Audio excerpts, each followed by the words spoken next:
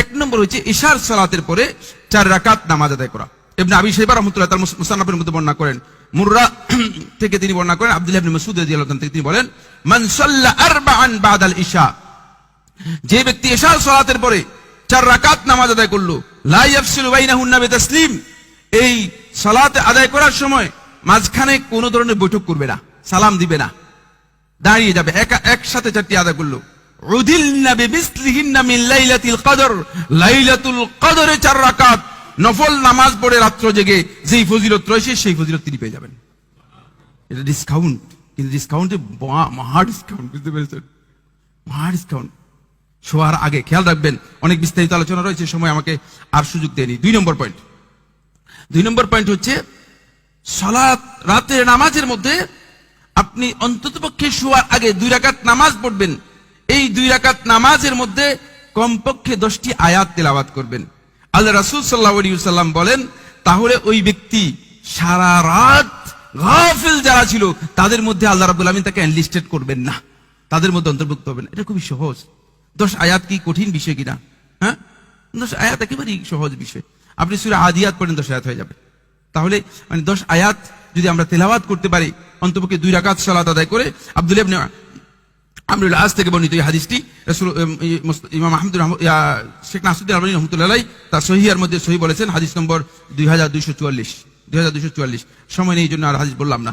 এরপর 3 নম্বর যে ডিসকাউন্ট, এটা আরেকটু সহজ করেছেন।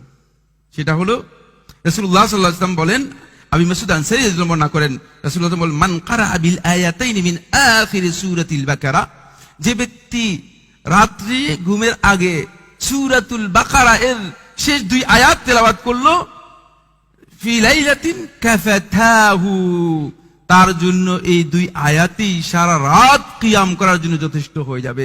সারা রাত থেকে ইবাদত করা যে ফজিলত রয়েছে সেটা যথেষ্ট হয়ে যাবে।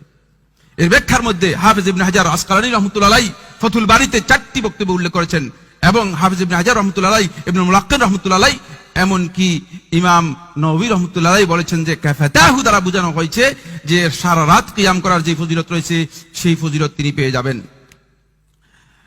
শেষ ডিসকাউন্ট না, আর দুইটা আছে, সর্বমোট 5টা ডিসকাউন্ট আলোচনা করব।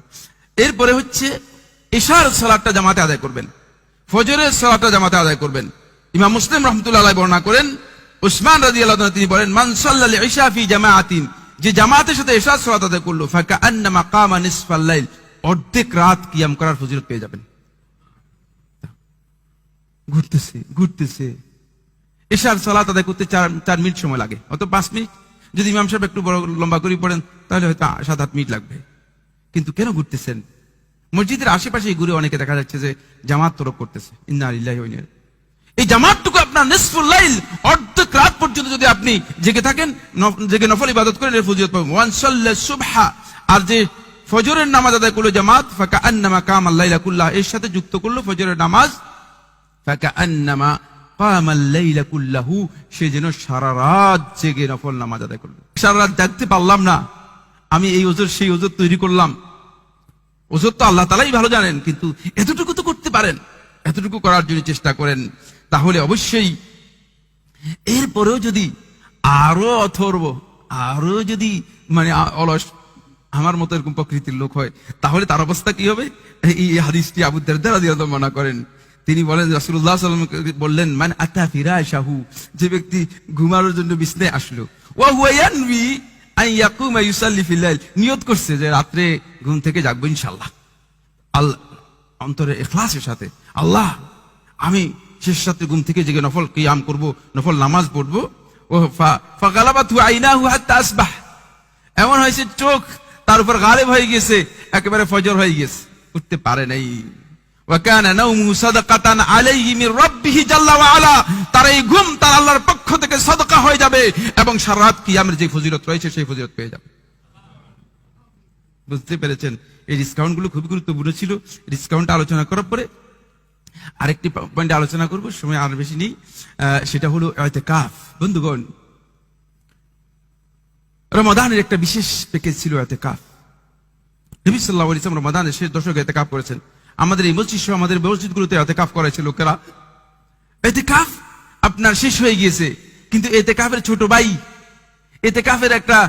ইতিকাফের গ্রেট বহন করে, এই ধরনের ফজিলত কিন্তু আপনার কাছে রয়ে গিয়েছে, যেটা সারা বছর আপনি করতে পারেন।